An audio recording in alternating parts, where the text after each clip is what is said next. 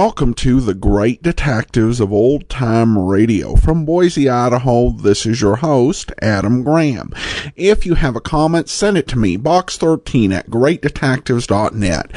Follow us on Twitter at Radio Detectives and become one of our friends on Facebook, facebook.com/Radio Detectives. Remember, as you're making your travel plans, check out JohnnyDollarAir.com first. JohnnyDollarAir.com is a Priceline affiliate. You get to name your own price on hotels, rental cars, airline tickets, and even more, just as if you went to Priceline directly, but part of your purchase price goes to support the Great Detectives of Old Time Radio at no additional cost to you. So when making your travel plans, remember JohnnyDollarAir.com first. Now it's time for today's episode of yours truly, Johnny Dollar. The original air date, January the 3rd of 1960, and this one is The Hapless Ham Matter.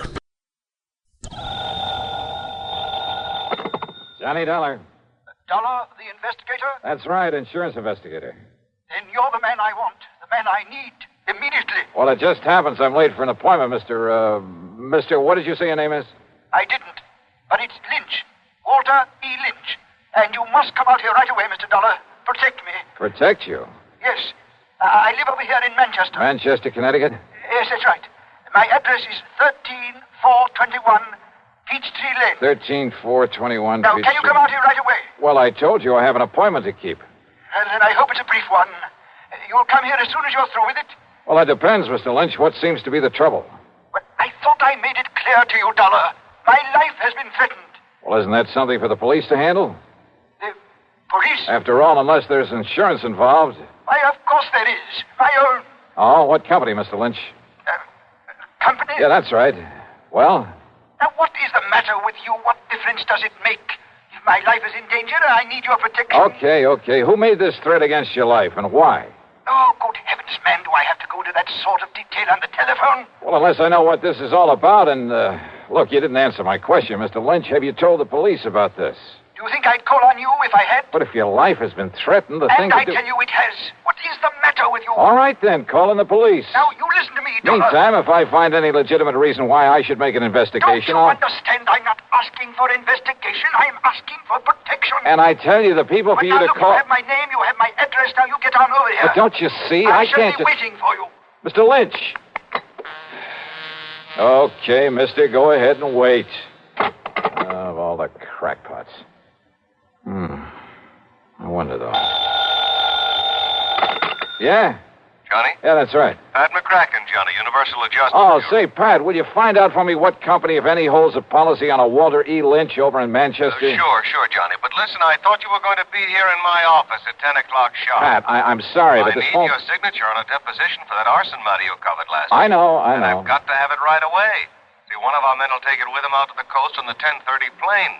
And, Johnny, it's 8 minutes after right now. Yeah, I see it is. Pat, I'll be there in 3 minutes flat. Okay. Meantime, look up that Walter Lynch for me, will you? Okay, just get on over here. Right.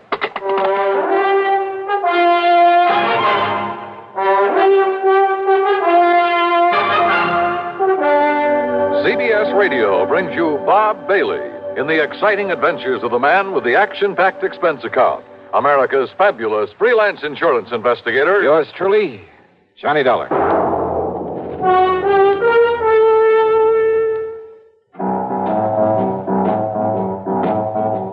Talk about best-selling records. Here's a familiar tune about America's best-selling filter cigarette, Winston.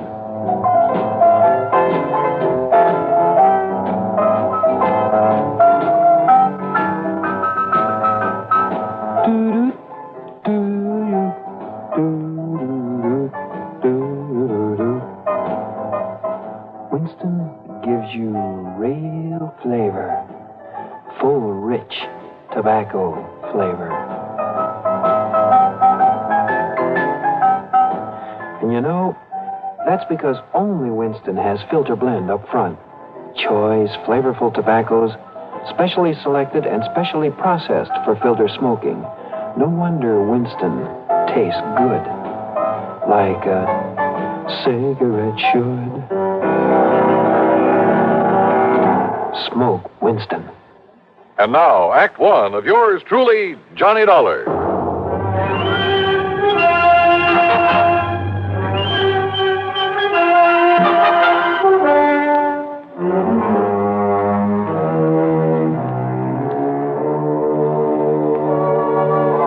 expense account submitted by Special Investigator Johnny Dollar to Eastern Trust and Insurance Company, Home Office, Hartford, Connecticut. Following is an account of expenses incurred during my investigation of the hapless Ham matter. Expense account item 1, $1.20 plus another $1 for the cab driver who got me from my apartment to Universal Adjustment Bureau in record time. I barged in on Pat McCracken without being announced. Put my John Hancock on the deposition, after which he witnessed my signature. All right. There we are. Now, here you are, Miss Delsey. Give these to Mr. Peterson and tell him happy plane trip. Yes, sir, right away. Oh, and see if Bartell has found any of that lynch information I asked him about. There's been a lynching, Mr. McCracken? No. Just do as I say. Now, go ahead. But I thought I heard you... Yes, sir. Hey, what is the worry on this man Lynch, Johnny? Well, Pat, he sounded like a crackpot. He called me on the phone just before you did, said his life is being threatened. Oh, another one of those things, huh? Yeah. Who was threatening him? Oh, I don't know. He was a bit evasive about it, same as he was about naming his insurance company. Well, I know I never heard of him. What did you tell him? I told him to call the police, that unless there was some insurance angle that required investigation, Right, exactly right. Although, of course, if Bartell does find something on him, if he is a client of one of the companies... It's still a police matter.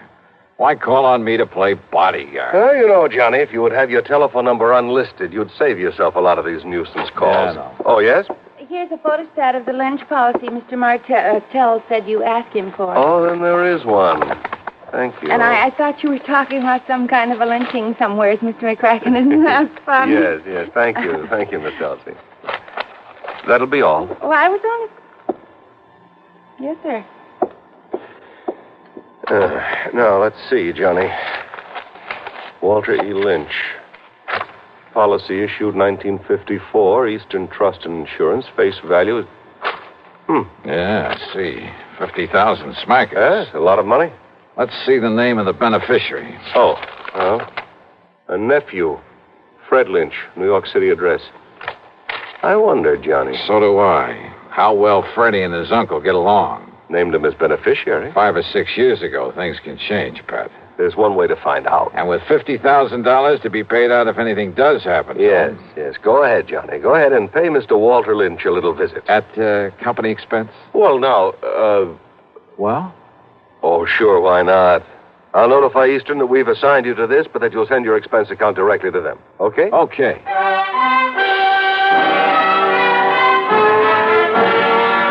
It was only about 13 miles from my place to Manchester, and I used my own car, but I saw no reason for not using the old expense account, so item 2 was $4.60 for a tank full of gas.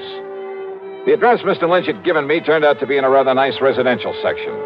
The house was a small but attractive Cape Cod affair, surrounded by stately elm trees. And then I saw them, in the shade of the elms at the front of the place. A couple of police cars.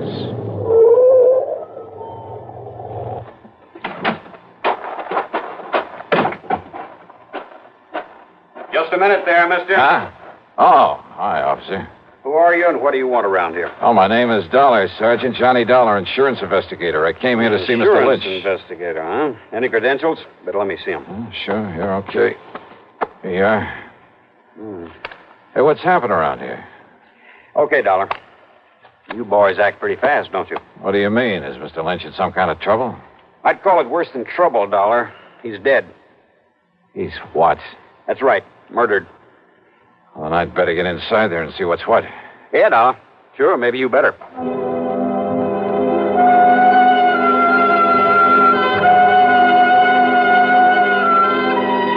Inside the Lynch home, the police medico and my own eyes confirmed what Sergeant Beakley had told me outside. Walter E. Lynch was dead, all right, and there was no question about his having been murdered. As you can see, Mr. Dollar, the knife, obviously a long, very sharp one, plunged into his body here, directly back of the heart. Yeah, Doctor, I see. No doubt penetrated that organ. Death must have been virtually instantaneous. Yes. Any sign of the murder weapon? We haven't found any sign of it here in the house, Dollar. Conroy's out back looking for it. And for any footprints that might give us a clue. That little rain we had last night ought to help in the footprints department. Only it doesn't. Now, whoever did this must have come right in the front door. Hi, Dollar. Hi, Conroy. Sergeant, you want me to see what's holding up the boys from the lab? Yeah, I'll give them a call. Right, you are. Meantime, Dollar, if you have any ideas... No, wait a minute. Too late, I guess. What? Or any fingerprints on that telephone. Conroy's probably covered him up. Probably covered up anyway. Huh? Well, it wasn't the killer who called us about this. It was the old character who lives next door, a man named Halsey. Right now, he's back home in his rocking chair at the corner window, muttering to himself, trying to recover from the shock. Maybe when he does recover, he'll be able to give us some help. How did he find out about this? Seems he came over here to talk to Mr. Lynch about his nephew. Fred Lynch. Nobody answered his knock. The front door was wide open, so he walked in here and found this. So he picked up the phone and... You, know about Fred Lynch? I know he's beneficiary of his uncle's insurance. Another good motive gone to waste. What do you mean? You don't know about a couple 3 years ago when Freddie's mother died, left him a pile of money, only made the mistake of leaving it in charge of this one, this stiff we've got lying here? What happened? Well, this old crook finagled that young kid out of every cent of it, so that by the time Fred was 25, entitled to it. That was about 6 months ago. Why, Dollar, Freddie ended up with nothing. His own nephew. That surprise you, Dollar? It's because you don't live here in Manchester. You don't know anything about the Lynch family, what's left of them, which is only Freddie now. What's that supposed to mean? Not one of the Lynch tribe was any good. Ask me, the town will be glad to see this one out of the way. Oh, I get it. Oh, what'd they say, Conroy? Somebody on the way over? Harker will be over as soon as he clears up a hit and run over on the east side. Okay. Well, I guess there's nothing more we can do. Go see who it is. Yes, sir. You about finished, Doc? Sergeant, this knife wound puzzles me greatly. Yes. What do you mean, Doc? Very unusual instrument. Very long, thin, with a two-edged blade. Yeah, both edges very sharp. That's so? Yeah, very unusual. Sergeant, you said a neighbor, Mr. Halsey, found him here? Yeah, did somebody speak my name? Here's the man who was knocking on the door. Oh, Mr. Halsey, come in. I don't know that I want her, Sergeant. With that poor man laying there dead. Mr. Halsey, this is Johnny Dollar, insurance investigator. Eh? Insurance investigator? Yeah, I understand you came over here to talk with Mr. Lynch about his nephew, Mr. Halsey. Freddie. Why, that worthless young wastrel, that... Why do you say that? Well, because he never did a day of honest work in his life. The theater, that's all he cares about. Theater? In New York City, that pit of iniquity spends all his time with sinful people, actors, chorus girls, and the like. I take it you don't have much use for people in show business. Scum of the earth. That's what they are. That's all they are. Yeah, and well... he's one of them. Now, Mr. Halsey, and when I saw him here this morning... What? He was here? No doubt come to beg some money from his uncle. Why didn't you tell me that, Mr. Halsey? Of course his uncle cut him off from the money his mother left him. Wouldn't you have done the same? Mr. Halsey, listen, would you... Yes, well, wouldn't you? Look here now. An actor he is in that sinful city down there. Wait a minute, you say that Freddie was here this morning? Yes, of course he was. When? That's why I finally made up my mind to come over here and talk to Walter about him. What time was he here? Well, from 9:30 to a few minutes of 10. Doc, have you been able to fix the time of death? Very, very close, Sergeant, yes. By the body temperature. What time would you say, Doctor? About 10 o'clock. Mr. Halsey, are you sure it was a few minutes of 10 when Freddie left here? Well, of course I am. How sure? I was sitting by the window listening to my radio like I always do. Thought you didn't like anything about show business. Radio is different. Oh, thanks. Freddie left his house just before the WDRC announcer gave the time as 10 a.m., and radio time is accurate time. I see what you meant, Sergeant, about a motive going to waste where Freddie was concerned. What are you talking about, Dollar? The doc says death was about 10 a.m. I know. So? And Mr. Halsey, you're sure that Freddie didn't come back here after 10? What's the difference? Of course I am. These eyes of mine may be pretty old, but they never miss anything. Well... What's the difference, Johnny? Freddie's the one that killed him. Lord knows he's the one logical suspect. No, Sergeant. Doc says approximately 10. So, all right, it was a few minutes of before Freddie left here. So Freddie killed him. Now, look, everything ties up. Yeah, and the kind of a knot that's going to hang that boy. No, Sergeant. I wish it was that easy. Oh, of course it is. Motive, opportunity, everything. It all spells Freddie Lynch. No. Conroy, put a tracer on him. Right, Sergeant. Sergeant, I'm afraid you're wrong. How can I be? That is, if Mr. Halsey is sure of his times. Of course I am. On the radio. Okay, Dollar, why? Because Walter E. Lynch was still alive after 10 o'clock. What are you talking about? How do you know? Because he'd called me on the phone. Because I myself was talking to him at exactly 8 minutes after 10.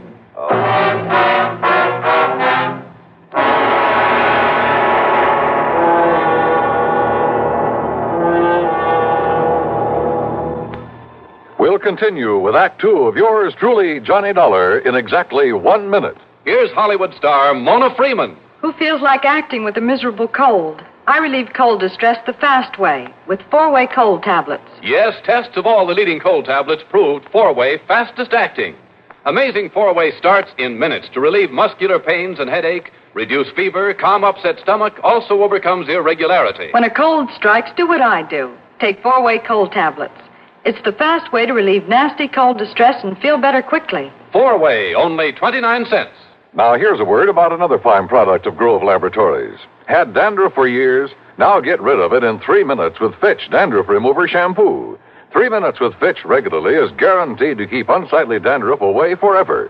Apply Fitch before wetting hair. Rub in 1 minute. Add water, lather 1 minute. Then rinse 1 minute. Every trace of dandruff goes down the drain. 3 minutes with Fitch, embarrassing dandruff's gone. Fitch can also leave hair up to 35% brighter. Get Fitch Dandruff Remover Shampoo today. And now, Act Two of yours truly, Johnny Dollar, and the Hapless Ham Matter.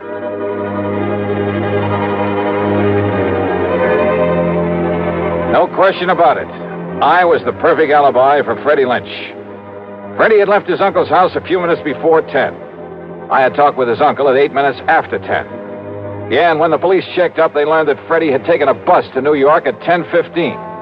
On foot, and he was on foot. Old man Halsey had seen that. He had to leave the house before 10 to make that bus. I told you, young man, these eyes of mine may be old, but they never miss a thing. He was on foot, all right, and he left this house before 10 o'clock, and he didn't But now wait a minute. If someone else came in here to commit the murder after Freddie left, why hadn't old man Halsey seen that person? You're right, Dollar. Nobody else came here, so it must have been Freddie killed his uncle. All right, now look, Sergeant. Only how could he? Because if you talked to Mr. Lynch at 8 minutes after, and Freddie was on his way to the bus station, and he had to be... Wait, then Sergeant. it's impossible. Dollar, this really bugs me. All right, listen, the murder weapon. Very unusual. I know, Doc, you told me. It must have been something I'd never seen before. I wouldn't be too sure about that, unless you feel the same way Mr. Halsey does about show business. Why? Terrible, sinful, iniquitous, immoral. Yeah, maybe you're right on this one. What are you getting at, Dollar? I'm getting out. Was that an express, that bus that Freddie took to New York? No, it was a local. But I don't see then what... with luck in my own car, I can beat him down there. Do you know where he lives, Mr. Halsey? I certainly do. All right, where? At 1231 West 43rd Street. Good. I'll see you later. Now, Dollar... Oh, and Sergeant, maybe you can fix any tickets for speeding I pick up along the way. Somehow, just lucky, I guess, I managed to reach the address in New York without getting pinched. A $10 bill of the superintendent, that's item 3, got me into the rooms of Freddie Lynch. The walls were plastered with theatrical programs and playbills, most of them from summer playhouses, off-Broadway shows. In a closet, I found some costumes he'd used in various productions. In one corner was a battered shield with a broken spear beside it. Some heavy oriental belts and jewelry. The long robe of an Arabian desert rider with a sort of turban to go with it. Yeah, everything fitted in very nice.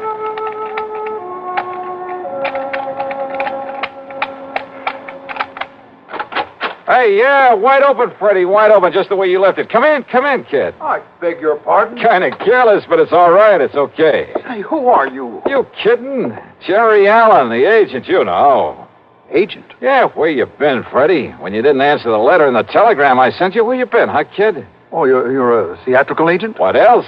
Listen, look, hey, kid, get this. I got a part for you, great part, a great one, a good salary, too. Of course, you got to let me represent you in the deal, but all I want's the usual 10%.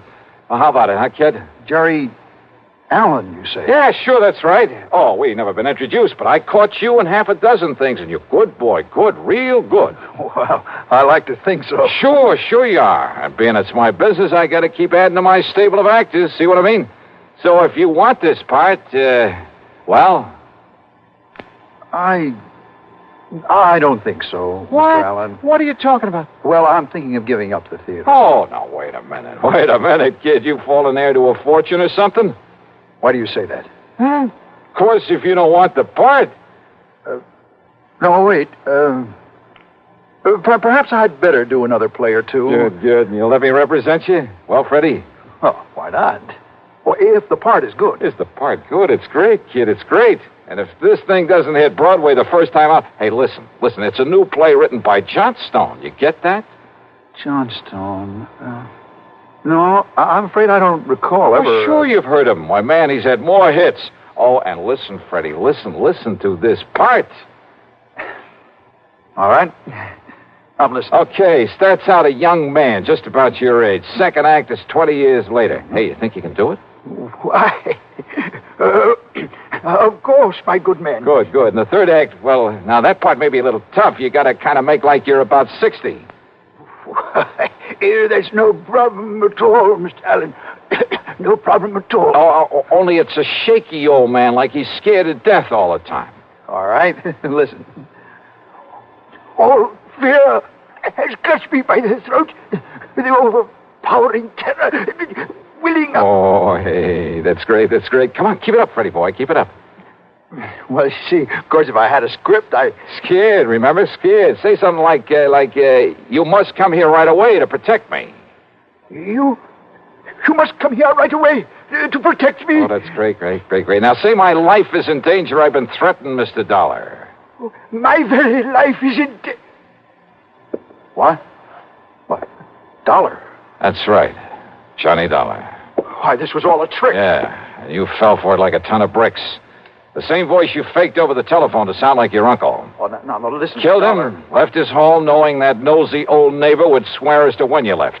Then ran to the bus depot and called me up with that phony voice to make an airtight alibi. To make me ready to swear your uncle was still alive after you left him there dead. But, Dollar, listen. See, I'm his only kin. I'll be coming into a lot of money. His insurance, and whatever money or property there is. Oh, why don't you drop dead? I see. But you see this. So that's what you did it with. Yeah, that's right. Arabian, isn't it? I stand back. Long, thin blade with a double edge. From one of your costume plays. I'll stand back, I say. Sure. I don't need to be close to you to use this. Whoa! Oh, my hand. You've broken my hand. Funny. I didn't think I was that good a shot.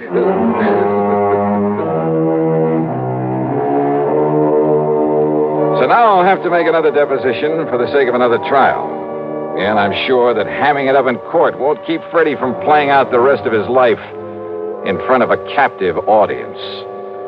Expense account total, including a flock of incidentals, well, let's call it $100. Yours truly, Johnny Dollar.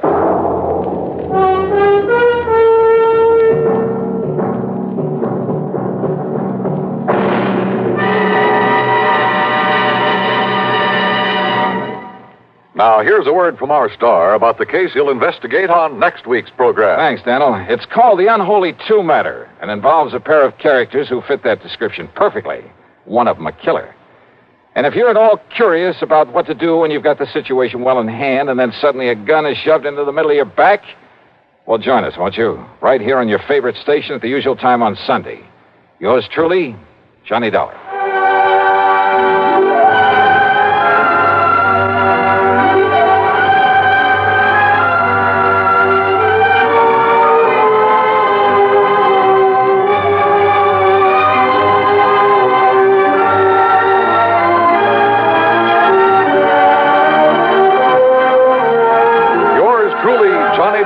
Starring Bob Bailey, originates in Hollywood and is written, produced, and directed by Jack Johnstone.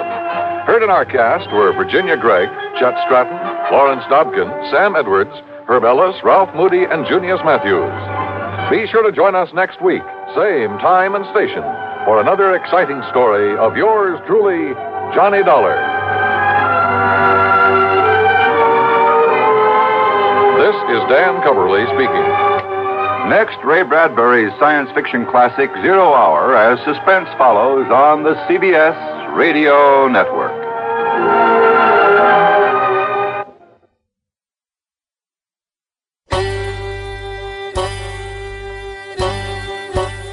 Hi, this is Andrew from OTRWesterns.com. I wanted to invite you to come take a look at our site where we put out podcasts of old-time radio westerns.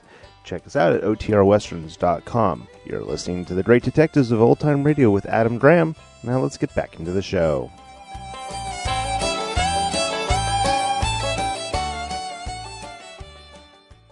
Welcome back. I think Pat McCracken raised a good point. Johnny really does need an unlisted number. You know, it's this very, bizarre setup that he has now that they've established that the radio show does actually exist in the same world as his adventures take place in. So given that, he's lucky he doesn't get more calls than he does. Though perhaps he's out so often that he misses them, and this was before the age of the answering machine. The solution for Johnny was a bit of an easy layup, given that he was matched up against a killer who thought he was really clever but wasn't. That will do it for today. If you do have a comment, send it to me, box13 at greatdetectives.net. Follow us on Twitter at Radio Detectives and become one of our friends on Facebook, facebook.com/Radio Detectives. Join us back here tomorrow for Dragnet